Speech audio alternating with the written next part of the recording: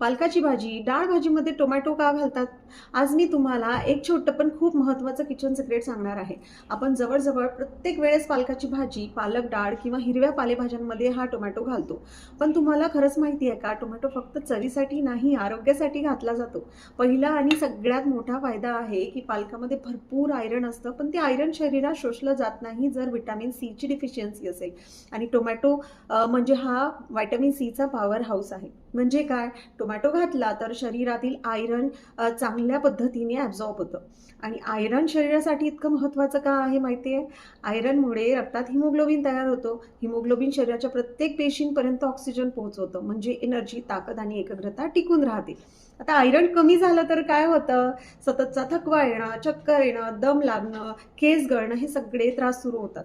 आता दुसरं खूप इंटरेस्टिंग मुद्दा आहे का, पालक थोडासा थंड आणि जड असतो. टोमॅटो त्याचा पचनावरचा ताण कमी करतो, म्हणजे गॅस, जडपणा, पोट फुगणं यापासून संरक्षण होतं. नेक्स्ट मुद्दा आहे की चव नाही तर संतुलन देतो. टोमॅटोची आंबटसर चव पालकाची कडवट चव बॅलन्स करते आणि म्हणून भाजी किंवा डाळ अधिक रुचकर लागते. आता सगळ्यात महत्त्वाची गोष्ट, ज्याही लोकांना हिमोग्लोबिन कमी आहे, थकवा येतो, चक्कर येते, त्यांनी पालकाची भाजी किंवा डाळ टोमॅटोशिवाय करूच नाही. म्हणून लक्षात ठेवा, आपल्या आजी आजोबांनी टोमॅटो हा फॅशन म्हणून वापरलेला नाहीये, तर शास्त्र म्हणून वापरत होते. अशा छोट्या छोट्या किचन सिक्रेट्समुळे आरोग्य जे आहे ते मोठ्या प्रमाणात सुधारतं.